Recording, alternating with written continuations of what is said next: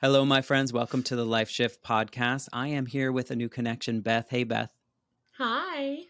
So I was listening to a Fresh Story podcast, which is mutual friends of ours or Twitter friends, and you also work with them. And I got to hear some of your story on their podcast, and reached out and I was like, hey, that's super interesting. And then you're like, hey, maybe I can talk about this other really interesting part of my life. And so thank you for just being willing to be a part of this. Of course. Thank you so much for asking me. I think it's interesting when we have people that I feel like I know you because I see you on Twitter and like you said before we started recording, you're just like an open book and you like to share the good, bad, indifferent, the ugly, like all the parts of us that make us human. And I think that's what's so rewarding for me with the Life Shift podcast, and probably for our friends Olivia and Jenny over there on A Fresh Story, is to just like, these are just our real lives, and it's something that we should be talking about and not like just painting the pretty picture that sometimes we feel we must on social media. Yeah, I think that, being as authentic as possible on social is important because, we are all human. We're all flawed people. It's like everyone's trying to always paint the best version of themselves on there. And I'm like, no, I'm going to show you the messy side too. I don't know about you, but I always feel that the messy side is what makes us really interesting, and it gives hmm flavor to our story. Yeah, I think my messy side is like the driving factor of what makes people either really love me or not like me at all. And Which I is think, fine. yeah, and I think that's a good aspect of your personal brand, is that like you know who you are and you know who you want to work with, and we'll say Mhm. what you do, and now people know who they want to work with because they can see Mhm. your true self and what it would be like to work with you. And so you're a public relations professional. What do you do on your day to day? What's your life look like? Oh man, that's a great question. So, I work from home. Obviously, I am doing this interview in my house right now, as you can see. And I've ran my own company for 4 years now, and the great thing about working in PR is that no 2 days are the same. And I think that's what really makes it interesting. Things are always changing. I read so much news, consume so much news. It's nuts because I have to be on top of everything. So I'm always looped in on what's going on. But I work with clients across different industries. So that also keeps it, you know, a little bit different. And sometimes I'm working on all clients in one day, and sometimes I'm working on just one or the other. Um, and it's fun because I am a storyteller by nature. I love it. And I love being able to tell other people's stories. I love being able to look at a brand and like not just talking about the product or the service they provide, but also painting the picture of, who's created the brand and who's getting impacted by this brand and what the difference is that they're making in the world or however they're positioned. And it's always really fun to do that because then you can kind of see that moment where people are now supporting a company not just because of whatever product or service they have, but because of who created it, which Right. is something really rewarding. Right. And it goes along with how you kind of present yourself out there as well. And that people work with you because they know you and they know what you can do, but also they understand you. And so I see the things that you're doing with your clients, at least on Twitter. And congratulations to you kind of leveling up in your company as well, trying to bring on other people. So kudos Yes, to I you. am growing really quickly, which is nice. And scary. Because yeah, it's a lot. It's a lot, and hiring is a lot. I wish I could clone myself just to do the hiring process, but I feel really great. I have some really great clients that are going to be coming on soon. I'm Awesome. excited to share. So Well, growth is good. congratulations. And now we've gone way off topic, but I just wanted to, draw those little connections and hear a little bit about you. And so Awesome. my guests I only have a simple little form that I have people fill out. I don't want to know too much because I want to just have a real conversation with someone about the moment that they feel was pretty pivotal in their life that hmm kind of switch directions, if you will. You know, for me, stemming from when my dad told me my mom was dead, it was like my life was never going to be the same at that point. And so I'd love it if you could kind of paint the picture of kind of what your life was like before when you feel it shifted. And in your case, it might be a small little picture if we go on that story, but feel free to kind of paint a little bit of who you were so that we can see how that moment changed things. Oh man, okay. So this isn't something I've talked about super publicly, especially on a podcast, and I've mentioned it a little bit on social media. A lot of people know that I lost my parents when I was really young. So for context, my parents met, and after a really good time one night, I was coming into the world. So my birth mother had a lot of issues with substance abuse and drug abuse, and was bipolar. She had depression. She had a lot of things happening in her life that felt very out of her control. My dad was very solid and hardworking and amazing, and generally just like the best guy ever. So naturally, he brought her home to Pittsburgh, where I'm from, with him, and they had me. They got married after I was born, and by the time before I was even 2 years old, they were separating. There was a lot of just really shady stuff going on with my birth mother, to the point where she, had sold my crib, my clothes, my toys, everything, just trying to get different pill prescriptions and going to different doctors. And, it was just really, really, really toxic. And this was in the early 90s. So my dad was actually granted full custody of me, which is something that was really rare then. Right. Which I also think shows just how bad that situation was. And there's a lot more context in there too, but I know we have a conversation ahead of us, so I'll save that. But my dad and I lived with his mom and stepdad in their house, and his grandfather, my great grandfather. And so we had this multi-generational family under one roof, and we were living there. My dad was going back to college. He was in the Navy.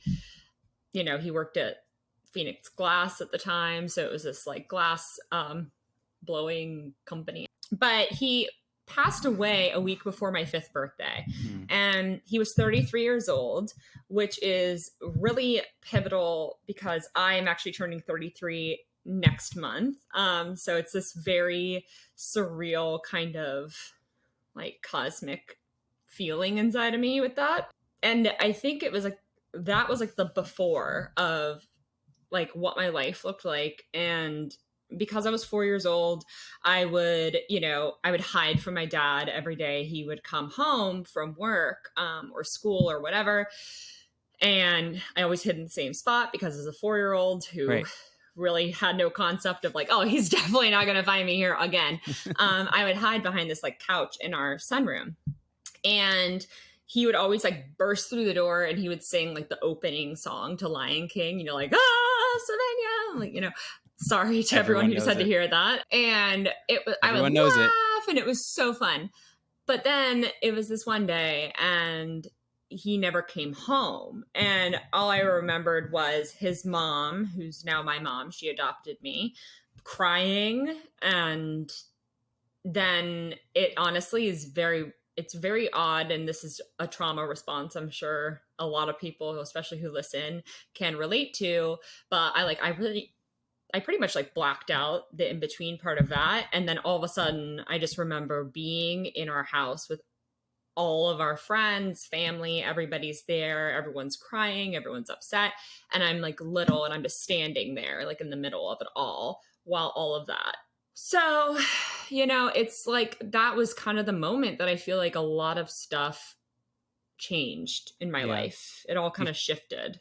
Do you feel that you like vividly remember you standing in that crowd of people and Mm-hmm. thinking, did you know what was happening? I mean, you were only 4 or 5 at this point, right? Just Yeah, about 5. I remember. Well, I mean, when you're that small too, like everyone's much bigger. And I just remember like kind of standing there, like hiding, like, you know, kind of like how like little kids like kind of hide up next to their grown-ups that they have. And because his mom was such a big part of my life and now she's my mom, because I was little, I would slip up and I would call her mom all the time, because I didn't have my mom around. Right.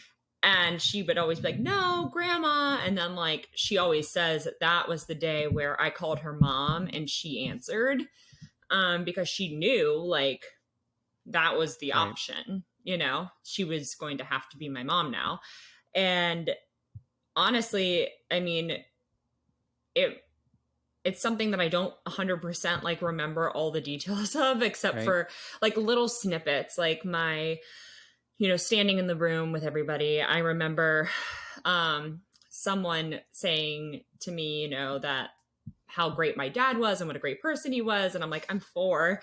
I know he's great, but like, Right. when's he coming back? Had And someone then told you that he died? yeah, Okay. they told me. And you know, the thing was, it was very sudden. He had coronary artery disease, but no one knew that he had it. So he had collapsed walking to the parking lot, Mm. or walking to his car through the parking lot. And you know, he passed away shortly after that. And it was just very sudden. And then for the funeral that we had, you know, there was lines out the door, right? Like, he was this young man who everybody loved. He was the type of guy who would stop and like talk to his mom's friends, like in the grocery store, standing by their car window with the rain pouring down on him. Like, he just didn't care. He was just a good guy. So Yeah. I did not go to the funeral because his mom, my mom now, Carol, for anyone who follows me on Twitter, they know all about Carol. Um, you know, she thought it was better for me to not see him Mm. at his funeral because she wanted me to remember him as he was alive. And honestly, like, there was a lot of times when I was growing up where I was really upset that I felt like I never got to say goodbye to him. But in the sense, now that I'm a mother, I know why she did that. Yeah. And I appreciate that because all the memories I do have are happy ones. Yeah. Um, and you know, I wasn't alone. Like, my older cousin stayed with me. She slept on the floor of my bedroom, you Yeah. know. Protecting a little kid. Yeah. And it was just, you know, it was one of those situations where it was just like a huge tragedy for our whole family. And, It's you know, shaped who you are now. yeah.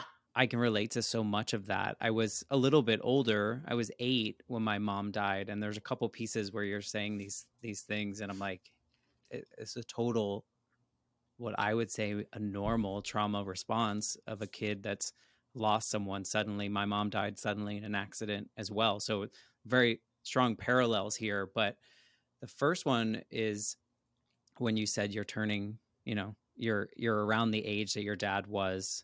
Are you turning the age that your dad was when he died? Mm-hmm. Okay. Yeah. So my mom was 32 when she died, and turning 33 was the weirder one to me.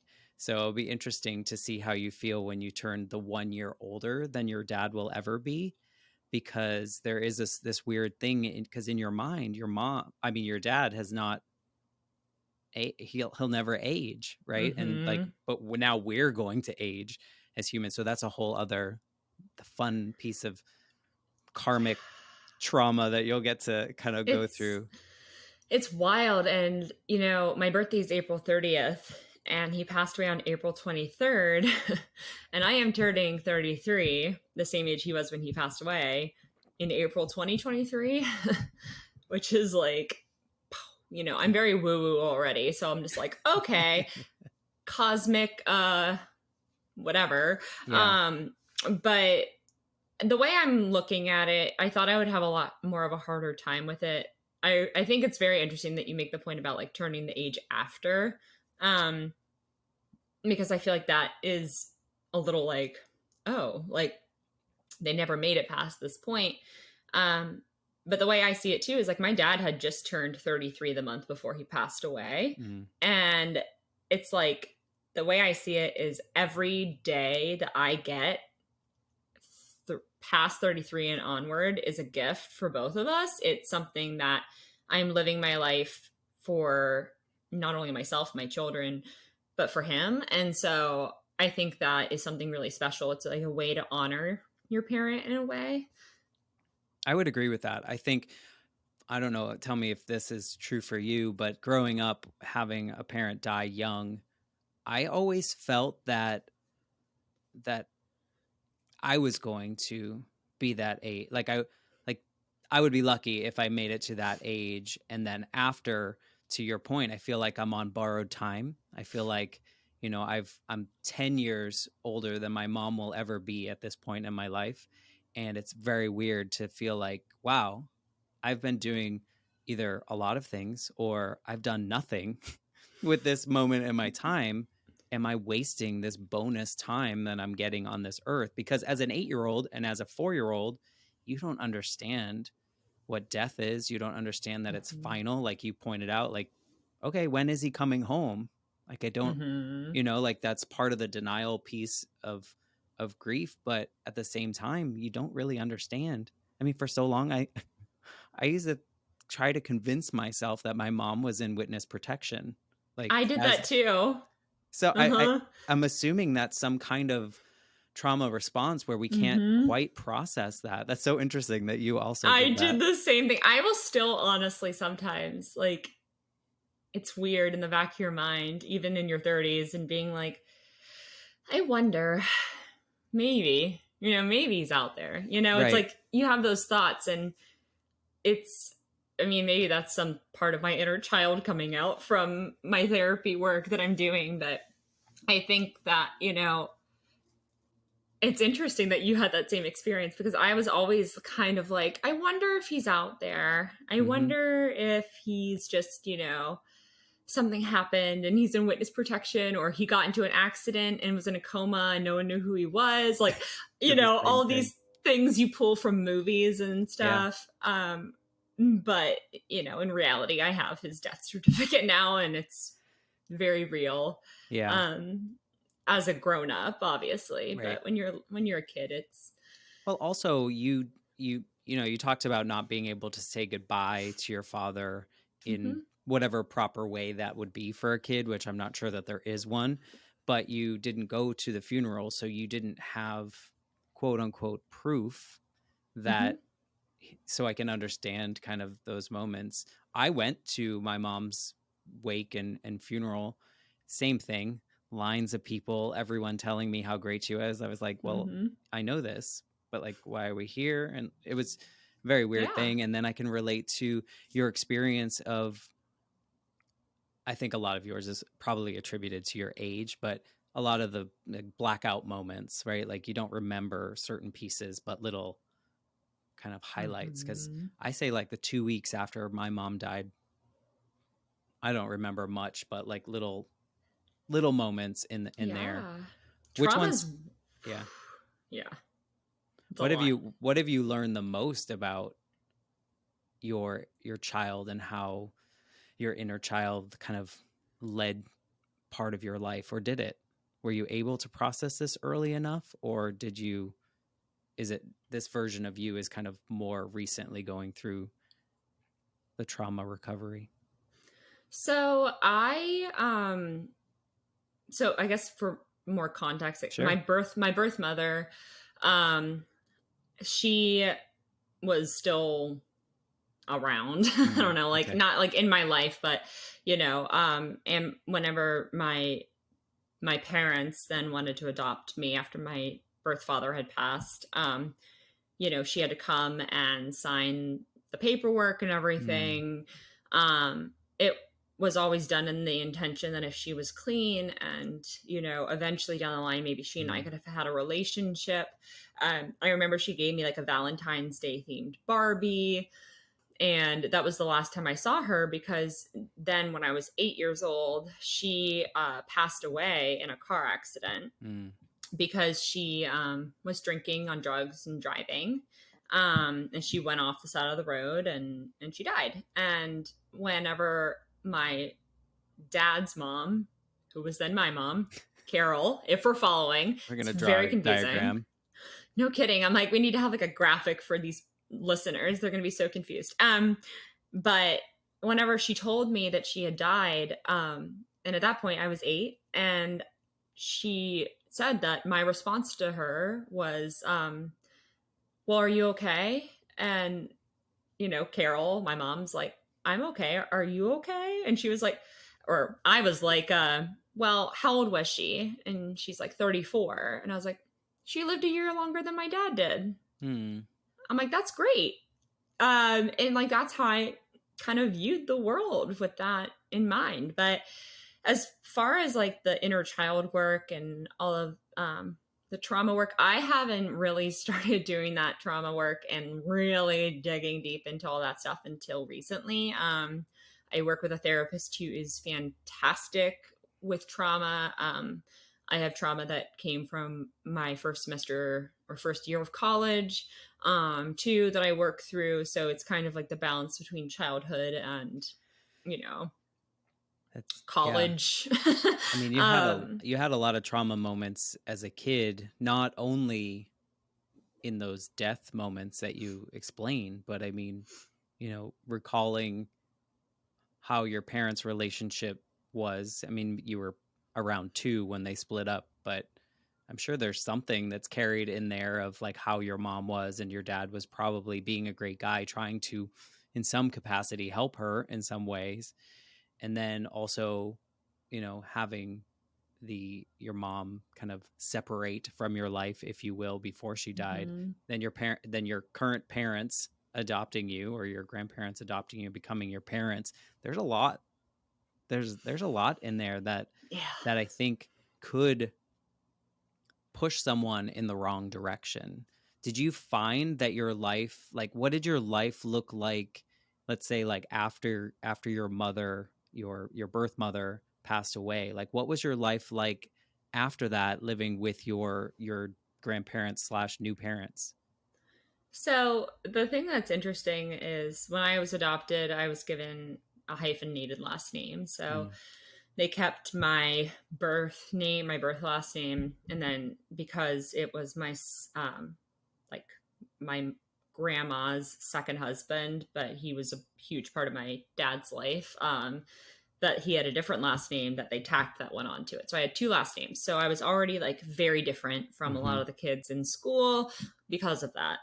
And it was a really big part of like my identity for that reason. Like a lot of people, I think, knew that about me. They knew that I was adopted.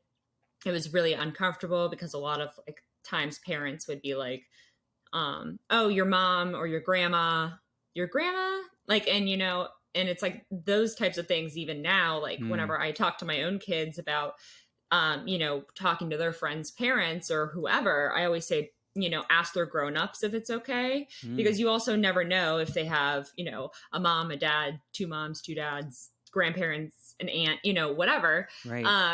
And because like that was something that I always just was really uncomfortable for me when I was growing up. But the other side of it too is that like I grew up with a lot of privilege. My, my papa, that is what I called my adoptive dad. My papa, he had a business that was very successful, a vending company in Pittsburgh. And it really started to take off and be a real success around the time that my dad had passed away. And so he never really got to experience that. But I grew up in a way where I was able to go on these really great vacations. I, always had the newest clothes, the newest devices, whatever it was, the whole time I was growing up. And I think a lot of people kind of looked at me through the lens of like, well, why is she sad? Like about having her parents, or not having her birth parents whenever she, gets all of these things she material wants. Stuff. Yeah. And she gets to go on vacations and she has a beach house in Florida and all this stuff. And it was like, that doesn't, you can be grieving and be sad and also experience all of those really privileged things in life. And I feel like they can both exist at the same time. And it doesn't mean that like one cancels out the other. And so that was kind of like a weird dichotomy of growing up, where it was like I had a really great childhood. I really did. My parents owned a restaurant with a boat marina. I, got to hang out in the kitchen and ask chefs to make me my the little things that I wanted. I used to rollerblade through the kitchen and like the banquet rooms and try to catch the baby ducks and like all like it was great. I mean, but it was also like there was always kind of that missing piece.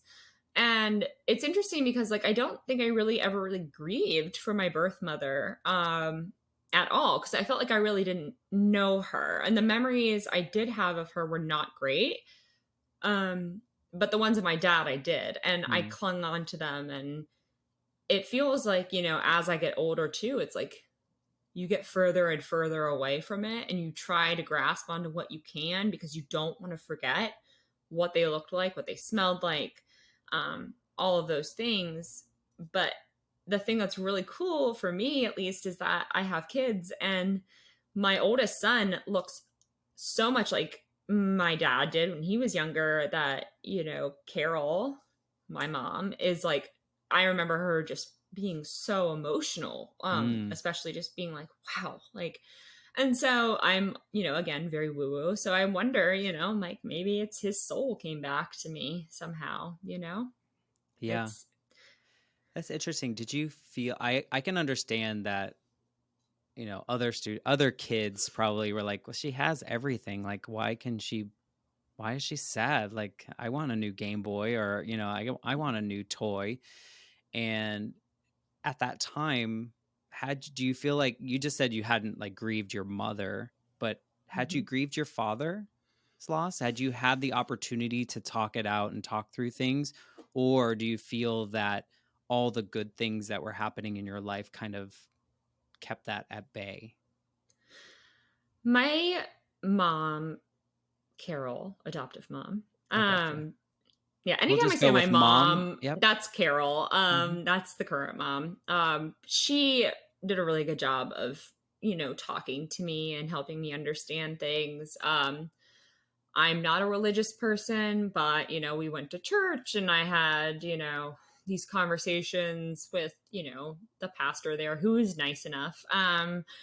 And she helped me through that. But I also think that, the material things were a good distraction for me as a kid. I mean, and it's still a good distraction for me now. It's probably one of my favorite avoidance tactics is online shopping. And I Wonder if mean, that ties in.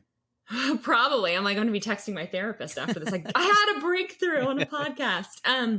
But I think that I was a really insecure kid when I was younger too. And so having those, types of material things, and having a nice house and having a playroom that was big and all of that stuff was, it was kind of something I felt like made me feel like I was, cool and worthy and, interesting and not broken and, all of these things. Because I mean, I did have friends, but like I was bullied. I was bullied literally all the way up through college, to be honest. And I never really grew a backbone until after that. And it took me a really long time to do that. And I don't know if that has to do with like the early childhood trauma side, Yeah. or the later in life trauma. I mean, I have no idea, but all I know is it took me a long time to feel like I could stand up for myself.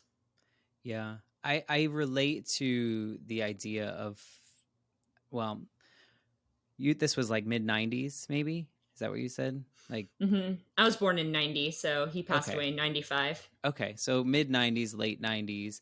I don't think that a lot of people were talking as much about caring for mental health and grieving. And on top of that, nobody knows how to help a kid grieve. No one really knows how to help anyone grieve, right? Like, we just have to kind of figure out our own path there. And the reason I asked that question about the material things is that when I was a kid, it was early 90s when my mom died. No one was talking about that stuff. And the people around me, meaning well, wanted to make me happy, right? It Mm-hmm. wasn't to help me grieve, but be happy and then everything will be fine. So here, let's go It's a to Disney. Band-Aid. Yeah, let's just like give gifts. And maybe that's why I like getting gifts now. I don't know. Maybe that's just an American thing. But Maybe we're just both materialistic. I don't know. but I think that, you know, it's something to be said. And the reason I'm curious about, and it sounds great that your mom had these conversations with you, because I think it took me forever. It took me so long to go through my grief process, losing my mom, because nobody around me had the tools, right? Mm-hmm. Until I was ready, like you said too, probably you were ready to grow that backbone, until I was ready to face uncovering what I had done to my life after my mom Mm-hmm. died. That's when I was able to kind of find the tools, right? To Mm-hmm. uncover it and figure out what was there. So it's interesting to me that you had that part of like the materials and the nice place. Do you ever feel like you used that to your advantage? Mm, Like as a I crutch? don't think well, maybe as a crutch. I feel like I got used a lot Mm, when I was younger for because of that those type of things. stuff because I had those things because, or even like whenever I was growing up and, you'd go to the movies or the mall or whatever. And, I was friends with all types of people and, maybe they wouldn't have the money to go to Taco Bell or something. So Mhm. I would be like, I'll just get it for you. And I think my parents were always worried that like I was getting taken advantage of in those situations. But I also think I did it just because I so desperately wanted to be liked and so desperately wanted to be accepted and wanted to be supported that it felt I just felt like the right thing to do at the time. And I mean, I still do that. Even like whenever I've had like dips in business and I've been flat broke, I'm like, I will still do that for my friends, Mm. or send them little gifts or whatever. Because I just like doing that because I think it Yeah. makes me feel good to see other people happy, especially if they're struggling and having like a bad day. Then I think it was a little bit more self-serving Yeah. in a way. Do you think that the experience of losing your father at such a young age, it might be a little different, but did you ever have any abandonment feelings, like you worried if you didn't live up to XYZ, someone was not going to be around anymore because of that? Yeah, I think that I certainly have a lot of issues. I always say I have I'm daddy issues projecting, by the way. and mommy issues. So I think that like losing my father at a young age was something that was obviously very life changing in the sense Yeah. that I like that was my only parent, like only real parent at the time. But I think I actually reflect back more on my birth mom a lot, Mm.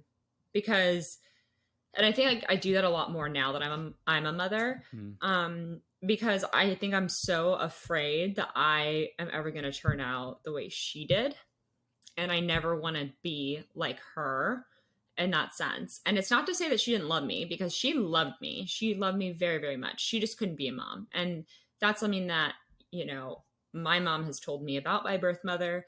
You know, she really tried. She just had a lot of demons Mm-hmm.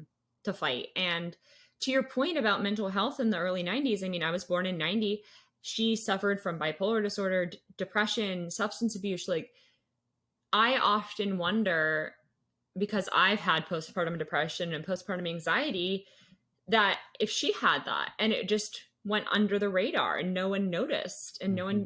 no one cared, no one diagnosed it or whatever, because like we didn't talk about that stuff Right. then. It was And band-aids, like you pointed out yeah. earlier.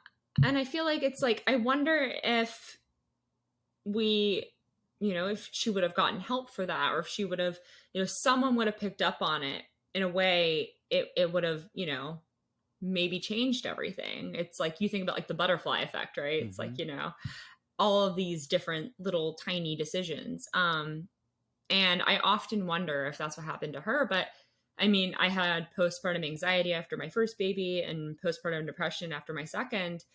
And but like whenever I had it the second time, I had those dark feelings and I was feeling horrible. And because I had gone through the postpartum anxiety before, because I've had depression, anxiety my whole life, I was like, nope, Right. red flags. I'm like, I called my midwife immediately. I was like, I need to be seen. I need drugs. I need a therapist. I'm like, I'm not cashing out on this life anytime soon. So I was like, I need help. But it's also, that was 2018. Yeah. You know, it's a lot easier we have all these resources to really kind of understand those feelings and understand that like you're not alone in those feelings too. And you also have that permission and that agency to reach out for help because you know that you need it. And, you know, I've even, like, anytime that there's a new mom, I always ask, how are you feeling? Now, how's the baby? Your baby's cute. I don't give a shit about your baby. Tell me how are you doing? Right. Are you okay? Like, because if you're not okay, that's the normal answer because you're probably not okay. But like, how can I help you? Right. And I often think back on my birth mother more for that because I always kind of have that in the back of my head of like, I wonder, you know? Right. Because it just wasn't talked about. Well, I mean, to your point about butterfly effect, imagine your mom had the awareness of, you know, there are XYZ issues out there. Maybe I have some of these. There's obviously some kind of illness, a mental illness that is making her go towards certain things. I shouldn't say obviously. There might be. Imagine she had gotten help. And then, you know, maybe some of that stress caused something, you know, who knows where your life would have been had your parents stayed together. Had he not been in that parking lot that day, had he been, you know, like it's all the little things that we can go to. But I mean, you can't, we're a product of what we know at the time and what the circumstances around us do. And, you know, it sucks that we're just now like getting into the space where people are comfortable enough being like, look, I'm not okay. And there's no shame in that. Like, we're human beings. We have ups, we have downs, we have places in between, and all of it's okay as long as we have the awareness. And now we know that there are lots of people out there that can help us. You know, you just reaching out to other people weren't doing that. No, because it was not your business. Like, well, why would you really want to know? Yeah, I mean, no, like they're like, oh, I have my own problems. Like, I don't want to have to deal with that. And I think that's also, I mean, that's why I'm so open about everything too on social. Like, I posted one time about like, you know, how I missed bedtime with my kids. And when I feel like I'm thriving in work, I'm sucking as a mom. And I cried and I posted all about it. And people were like, I get that. Like, you know, when I had 2 miscarriages in between my first baby and my last baby. And I shared about it. I told people. And now I still have people who I like am acquaintances with who will be like, hey, I remembered you posted about this. I'm going through this. Can I talk to you? Of course you can talk to me. Like, I'm right here. Text me anytime you need me, you know? Because I think that the more we share about those really, really dark and isolating moments in our lives, then it opens up the space for other people to know, like, they're not alone when they're going through that. Like, I mean, if you are a working mom and you feel like that guilt whenever you miss bedtime or you just can't make it to a t-ball game or whatever, or you're traveling for work. And I remember I missed it was a Mother's Day event at my son's school because they had rescheduled it and I was away for work and my mom went for me as his grandma. But I mean, that sucks. And it's like, no one wants to talk about that though. They want to talk about like gaslight gatekeep girl boss, where it's like, you know, oh, mompreneurs and like, okay, like, yeah, I mean, but also like, I'm a human. Yeah. Like, I'm not juggling it all the time. I look like it. I look like I'm kicking ass, which I do most of the time, but it's like, you know, it is very, very hard to juggle and all the things. And I feel like, you know, sometimes you have to look at it where they're like, you have like these like plastic plates and then you have the glass plates and you're spinning them all. And if you drop some of the plastic ones, that's okay because they're not going to break, but you got to keep the glass ones up in the air. And that's just kind of like how I roll. I literally just fly by the seat of my pants every day. Yeah, I mean, and I don't think that you're that alone in that. I think a lot of people, a lot of mothers have to kind of roll with the punches and do what they need to do. And I commend you for sharing the not so pretty parts of your life that lots of other people can relate to. And I think that's kind of the whole point of this show, is that like sometimes our circumstances feel like we're the only person to ever go through this in our life. And like logically we know we're not, but emotionally you can just feel overwhelmed and like no one else will ever understand what I'm going through. But by just sharing our stories just personally, I don't know about you, but by just putting it out there, it creates a relief in me, Mm-hmm. because the story sounds so crazy scary in my head, and then when I say it out loud, I'm like, okay, it's manageable. I feel like I can do something with it. And then someone else can hear it and go, hey, Matt, I heard you talking about this. Can we talk? You know, and I think that there's such value in that. So Mm-hmm. thank you for what you're putting into the world in that sense. Thank you. I think it's healing to talk about Yeah. what you've been through. And like I experienced a lot of stuff within the first like 8 years of my life that a lot of people don't even experience until they're much older. Yeah. And it was hard. I mean, I was in foster care at one point for a month. Mm. I was in a cop car for the first time, but when I was, 18 months old, Wow. because my mom passed out and was on drugs, and I was in the garden playing by myself in the dirt, and which is on brand for me actually. But Sunshine, dirt. Okay. We got yeah, it. very big on sunshine and dirt. Well, like not like dirt, like plants, dirt, Okay. big Okay. plant girly. Okay. Much more a fan of sand. Okay. But Florida. yeah, Florida. It's like that was a lot of crap to go through as a kid, but I think that's also what's made me so tough. And like that, it took me a long time to get that backbone, but I think I always had it. Mm. I think it was always there because I had survived so much. Yeah. So much. And even stuff we haven't touched on in this conversation, I've survived. And it's like, I always look at it where I'm like, this is how far I've come. Right. Like, it's a miracle that I am here and I am thriving and I am happy and I'm healthy and I'm giving it my best every day. Yeah. And I think that it's just a testament to that little girl who really was in a really bad situation and is a lot stronger because of it now. This might be a weird question for you, but is there anything that current version of Beth is grateful for because of the tragic experiences, like something you've learned because of it and now you're grateful because it's shaped this particular part of you? Is there anything that's good because of this really tragic experience as a kid, or tragic experiences, I should say? That's a plural there. I think that one of the most positive things that came out of losing my dad and going through those experiences is interesting to look at, because my mom was a single mom for a long time, my dad's mother, Carol, and that was her baby. Like, she had him when she was 17 years old. And when he died, I think that if she didn't have me, she would have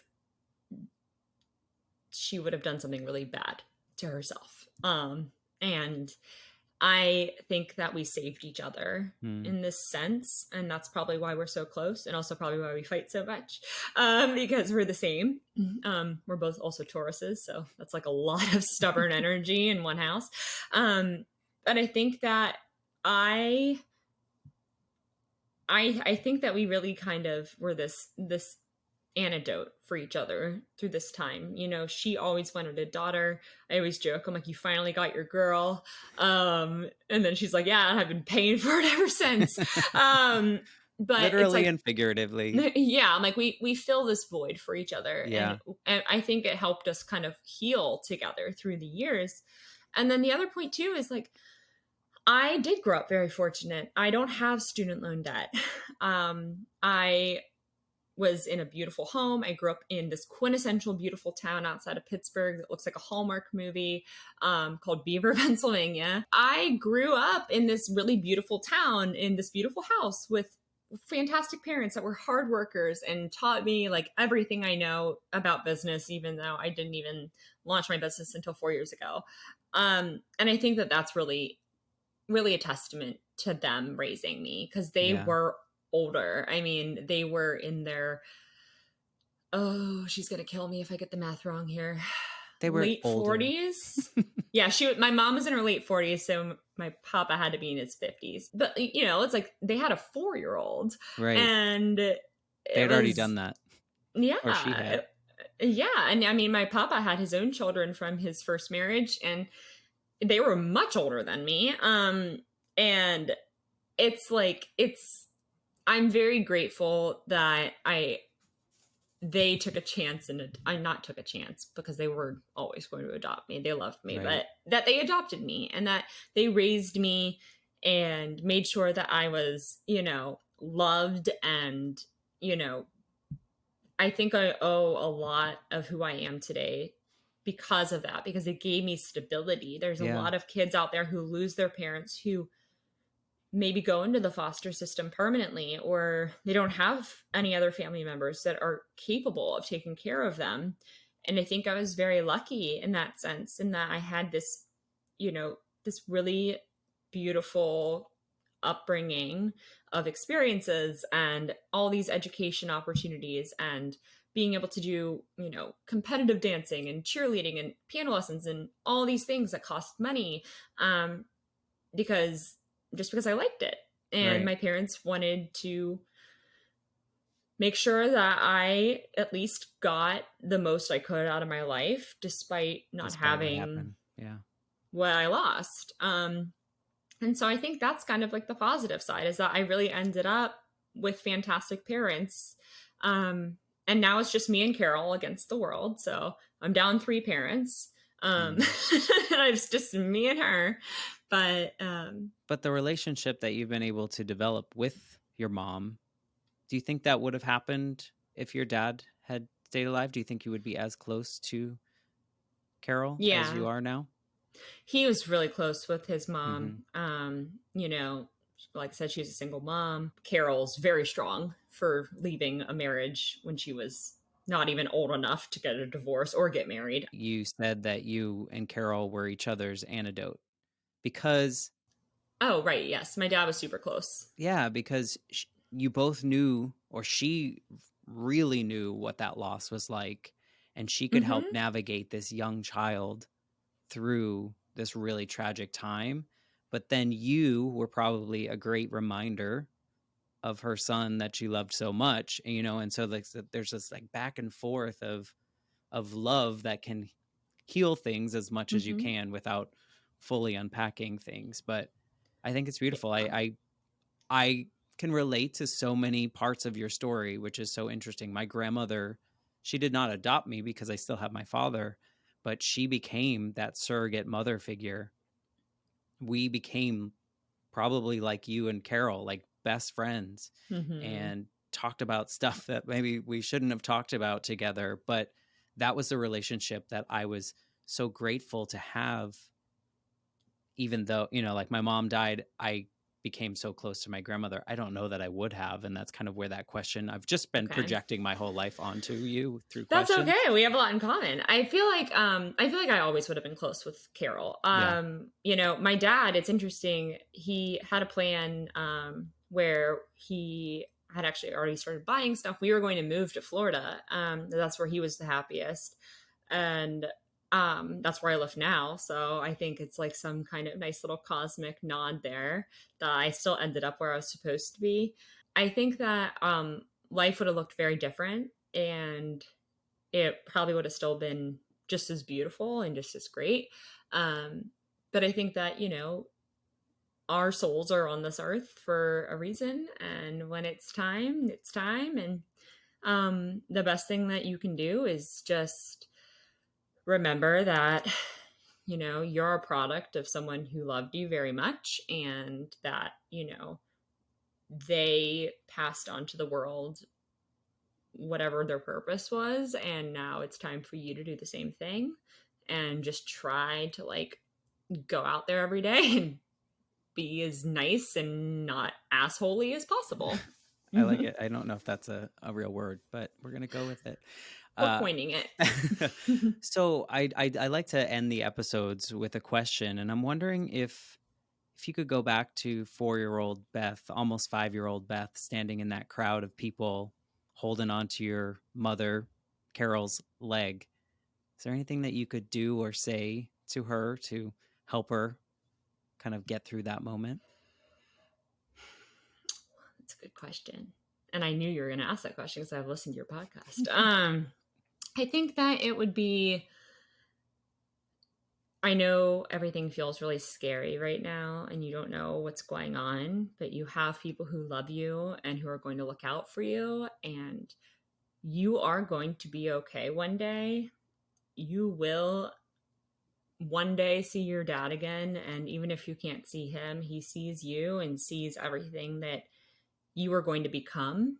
And your life is not going to be easy, but life isn't going to always be this hard.